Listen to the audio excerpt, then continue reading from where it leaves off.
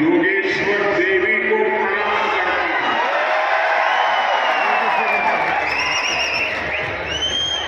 बीर का हमारे स्वर्गीय गोपीनाथ मुंडे जी से जिनका रिश्ता रहा,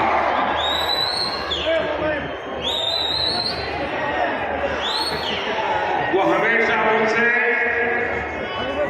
बीर और मराठवाड़ के विकास के लिए चर्चा करते हैं। मैं उन्हें बहुत भावपूर्वक याद कर रहा हूं। और साथियों, मेरा एक दुर्भाग्य रहा कि 2014 में आपने जब मुझे देश की सेवा करने का दायित्व दिया, तब मैं देश भर में से गोपीनाथ जी जैसे साथियों को चुन चुन करके दिल्ली ले गया ताकि हम मिलकर के देश की सेवा करें। गोपीनाथ जी के पास मुझसे भी ज्यादा अनुभव था,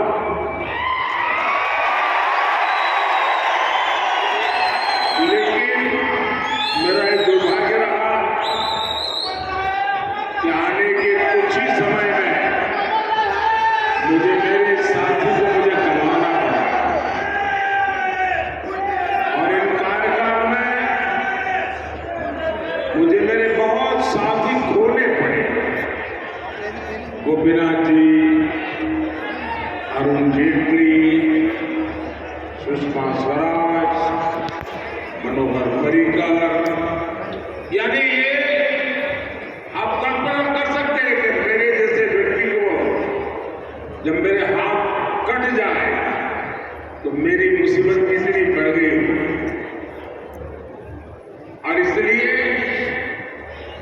इन सब साथियों में मुझे बहुत याद आना, और यहां जब आया हूं तो स्वाभाविक रूप से गोपीनाथ जी की याद आना, और जो मैं कमी महसूस करता वो मुझे फील होगा। साथियों, आज तीसरे फेज का मतदान खत्म होने पर है और साथ ही इंडी अघाड़ी की उम्मीदें भी खत्म हो गई। पहले चरण में इंडी अघाड़ी पस्त हुआ, दूसरे में ध्वस्त हुआ, और आज तीसरे चरण में इंडी अघाड़ी का कहीं कोई छोटा मोटा दिया अगर जल रहा था वो भी बुझ गया। साथियों, मोदी विकसित भारत के मिशन पर निकला हुआ।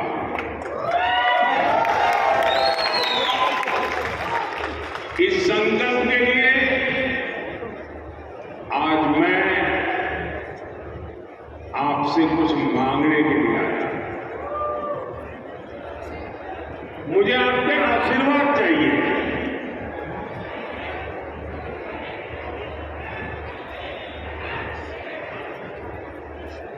और मेरी विरासत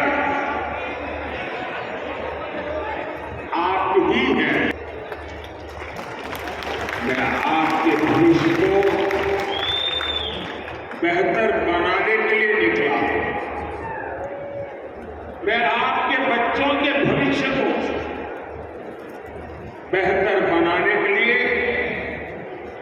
दिन रात मेहनत कर रहा हूं। आप ही मेरा परिवार है।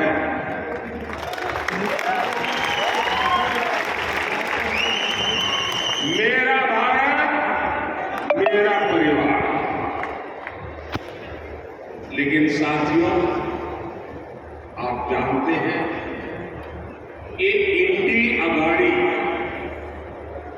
किस एजेंडे के साथ चुनाव में है? इनका एक ही एजेंडा है, ये सरकार में आएंगे तो मिशन कैंसल चलाएंगे। इन्होंने कहा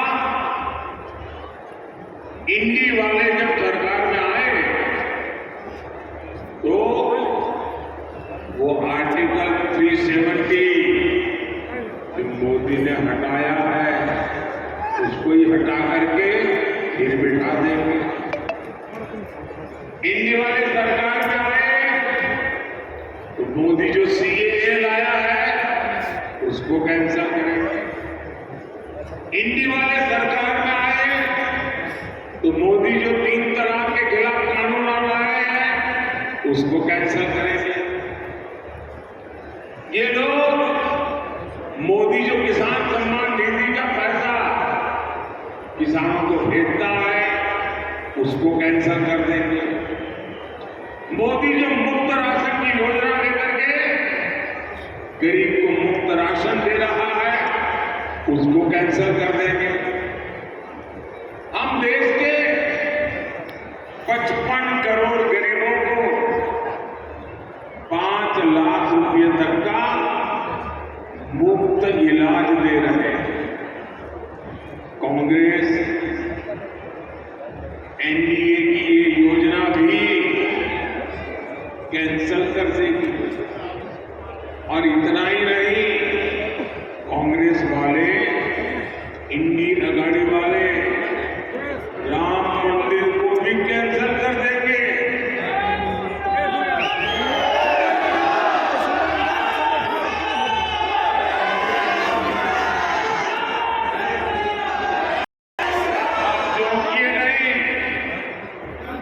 एक पुराने कांग्रेसी नेता ने जो 20-25 साल कांग्रेस में रहे, जिन्होंने कुछ समय पहले ही कांग्रेस छोड़ी है, उन्होंने एक सनसनीखेज खुलासा किया है। उन्होंने बताया है कि जब कोर्ट से राम मंदिर के पक्ष में फैसला आया था तो शहजादे ने खास लोगों की एक मीटिंग बुलाई थी।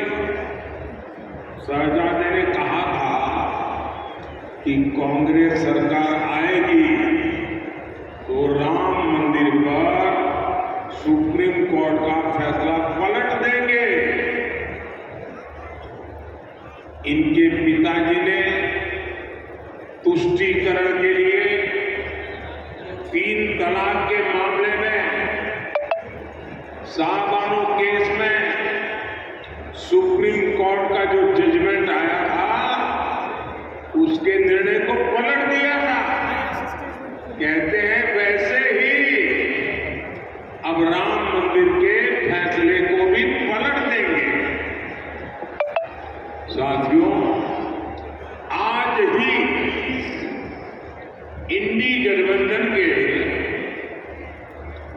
एक और नेता ने कहा है कि राम मंदिर तो बेकार है। यही नेता पहले भगवान राम की पूजा को पाखंड बता चुके हैं। किसी और धर्म के लिए ये ऐसी भाषा सपने में भी बोलने की हिम्मत नहीं दिखा सकते, लेकिन तुष्टीकरण के लिए, वोट बैंक के लिए ये लोग बार बार प्रभु श्री राम का, राम भक्तों का लगातार अपमान कर रहे हैं। क्या ऐसे लोगों का इंडी गठबंधन, आप मुझे जवाब देना, क्या ऐसे लोगों का इंडी गठबंधन महाराष्ट्र के गौरव को बढ़ा पाएगा? जरा पूरी ताकत से बोलिए, बढ़ा पाएगा?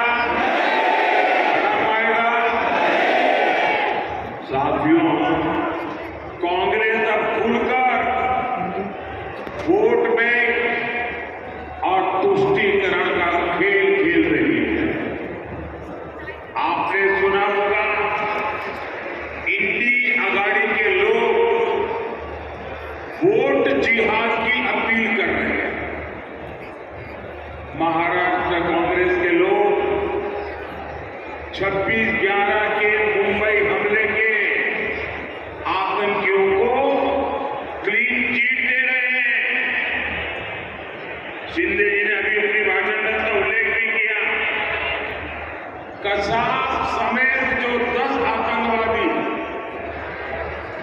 पाकिस्तान से आए थे, ऐसा लगता है कांग्रेस उनसे कोई रिश्तेदारी निभा रही है।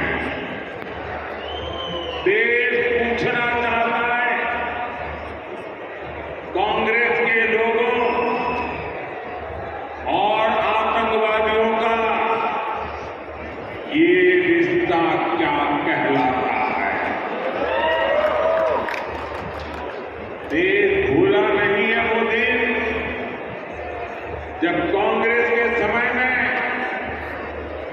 आतंकियों का स्वागत प्रधानमंत्री आवास में होता था और देश ने वो दिन भी देखा था जब दिल्ली में बाटला हाउस में मारे गए आतंकियों के लिए कांग्रेस की सबसे बड़ी नेता आंसू बहा रही थी आतंकवादियों के मरने पर। इंडी अगाड़ी वालों, वही दिन देश में वापस लाना चाहते हो? याद रखो, मोदी चट्टान बनकर तुम्हारे सामने खड़ा है।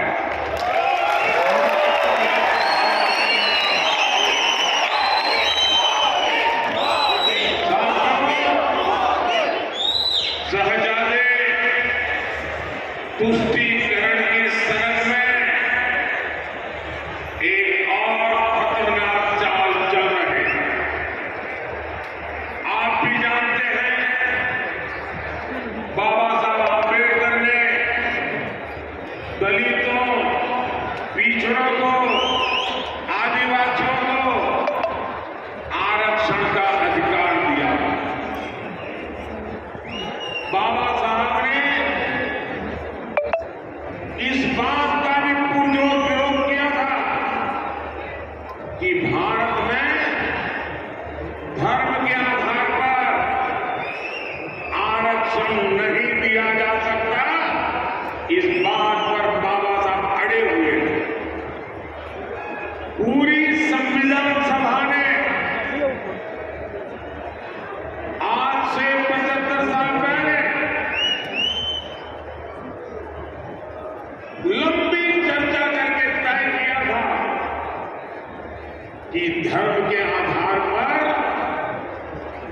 इस देश में आरक्षण नहीं दिया जाता। लेकिन कांग्रेस पार्टी दलितों, आदिवासियों, पिछड़ों का आरक्षण छीनकर उसे धर्म के नाम पर देना चाहती है। आपको मैं उदाहरण बताता हूं, ये कल्पना नहीं है, ये हो चुका है और आप चौंक जाएंगे। आपके सामने कितनी बड़ी मुसीबत दरवाजे पर दस्तक दे रही है। मैं उदाहरण के साथ आज मेरे वीर के भाई बहनों को समझाना चाहता हूं।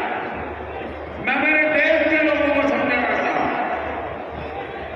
कर्नाटका में कांग्रेस की सरकार है।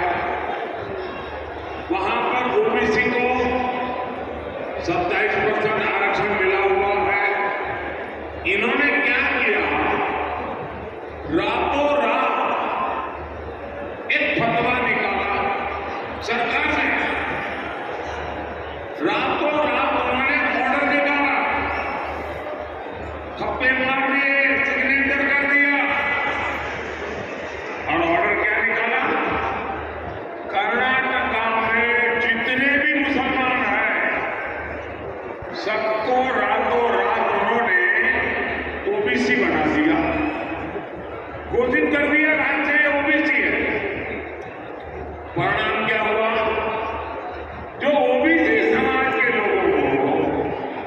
27% आरक्षण मिला था, बाबा साहब अम्बेडकर ने दिया था, संविधान ने दिया था, भारत की संसद ने दिया था, रातों रात मुसलमानों को ओबीसी बनाकर उसमें डाल दिया।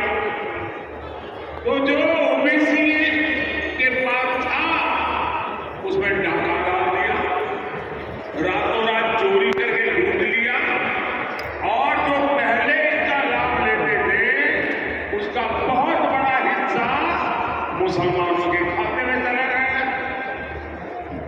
अब मुझे बताइए, क्या इस प्रकार का खेल आपको मंजूर है?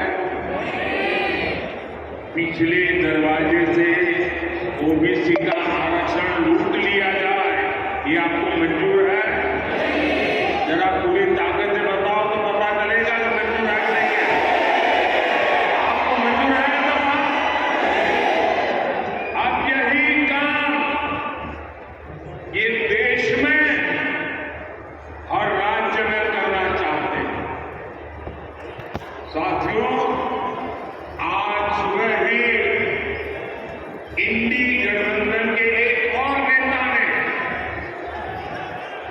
इनकी साजिश को खुद ही स्वीकार कर लिया है और उनके झूठ को बेनकाब कर दिया है। और ये नेता वही है जिन्हें चारा घोटाले में अदालत ने सजा दी है। जानते हैं ना नाम तो? कौन है? चलिए, भीड़ वाले भी जानते हैं। इंडी गठबंधन के इस नेता ने आखिरकार स्वीकार कर लिया है कि लोग मुसलमानों को पूरा का पूरा आरक्षण देना चाहते हैं। यानी अभी जो एससी, एसटी, ओबीसी को आरक्षण मिलता है वो बंद करके ये लोग पूरा का पूरा आरक्षण मुसलमानों को देना चाहते हैं। आज सुबह उन्होंने कहा है ये इस देश के हर दलित, पिछड़े, आदिवासी के लिए खतरे की घंटी है। इसलिए आपको इंडी गठबंधन के इरादों से सावधान रहना है। भाइयों बहनों, ये मोदी है, आप भी इसको भली भांति जानते हैं। मैं आपको गारंटी देता हूं, जब तक मोदी जिंदा है,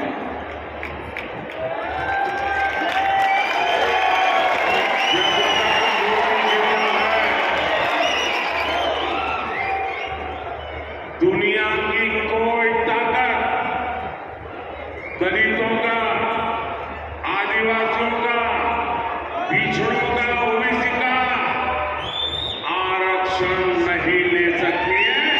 ये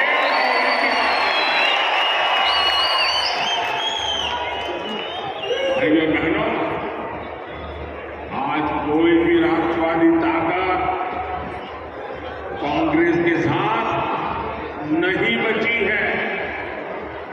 असली राष्ट्रवादी कांग्रेस पार्टी बीजेपी के साथ है।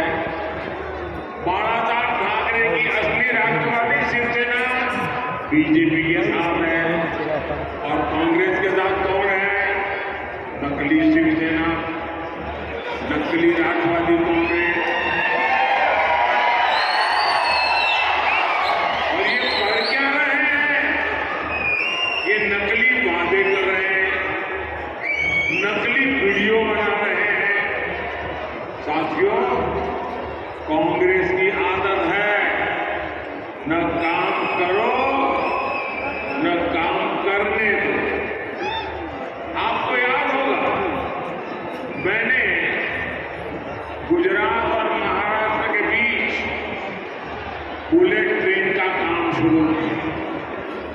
कांग्रेस ने पहले उसका मजाक उड़ाया, फिर उसका विरोध किया, और जब तक महाविनाश अघाड़ी की सरकार रही, इन्होंने काम बढ़ने ही नहीं दिया। अब ये अगर सरकार में आएंगे तो बुलेट ट्रेन का काम ठप कर देंगे। एक और बीजेपी ने अपने संकल्प पत्र में बुलेट ट्रेन के विस्तार की बात कर रही है। दूसरी ओर कांग्रेस और इंडिया अघाड़ी बुलेट ट्रेन का विरोध कर रहे हैं। आप मुझे बताइए, 21वीं सदी के भारत को कौन सी सरकार चाहिए? क्या देश को इन विकास विरोधी लोगों के हाथ में हम दे सकते हैं क्या? कांग्रेस जहां भी आई है, उसने सपनों को कुचला है। महाराष्ट्र और मराठवाड़ा खुद इसके भुगतक होगी। इंडिया अघाड़ी ने कभी यहां सूखे की समस्या की ओर ध्यान नहीं दिया। इन्होंने बस फीते काटे और भ्रष्टाचार किया।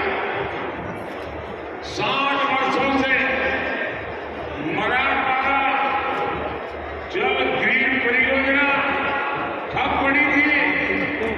आज एकनाथ शिंदे जी, देवेंद्र फडणवीस और अजित पवार मिलकर सिंचाई परियोजनाओं को मिशन मोड में आगे बढ़ा रहे हैं।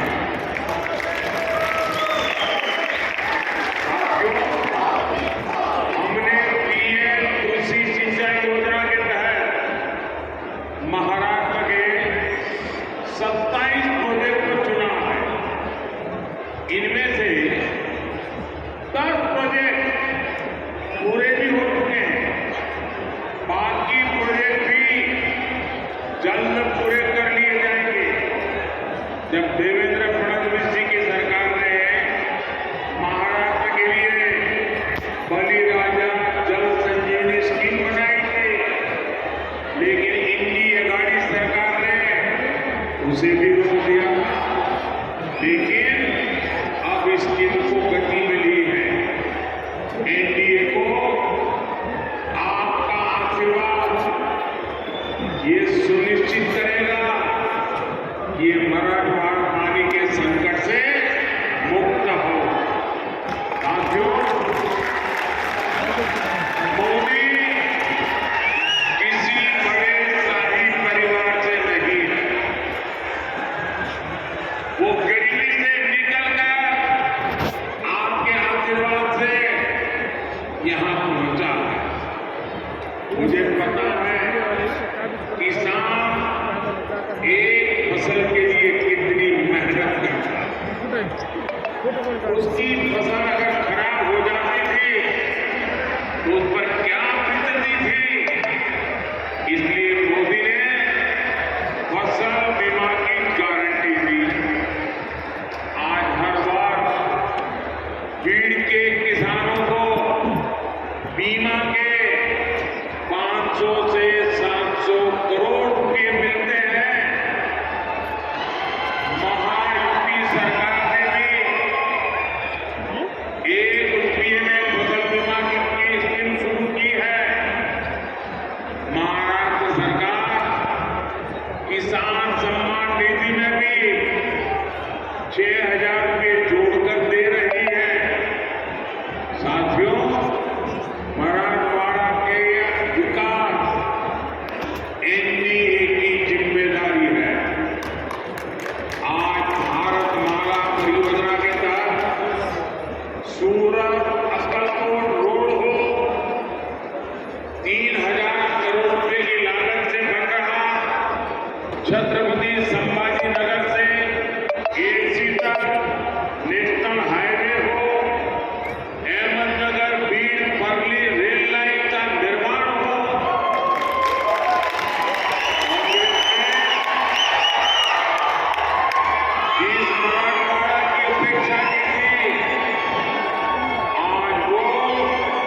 विकास के रास्ते पर आगे बढ़ रहा है। साथियों, 13 मई को महाराष्ट्र और देश के विकास की गारंटी का महापर्व है। आपका हर वोट मोदी के विकसित भारत के विजन को मजबूती देगा। भारतीय जनता पार्टी और एनडीए ने गोपीनाथ जी के सपनों को पूरा करने की जिम्मेदारी बेटी पंकजा को दी है। मेरा अनुरोध है, 13 मई को बेटी पंकजा मुंडे को भारी मतों से विजयी बनाएंगे।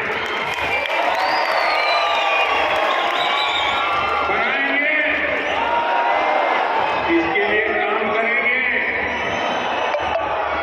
ज्यादा से ज्यादा मतदान कराएंगे। मतदान के पुराने सारे रिकॉर्ड तोड़ेंगे।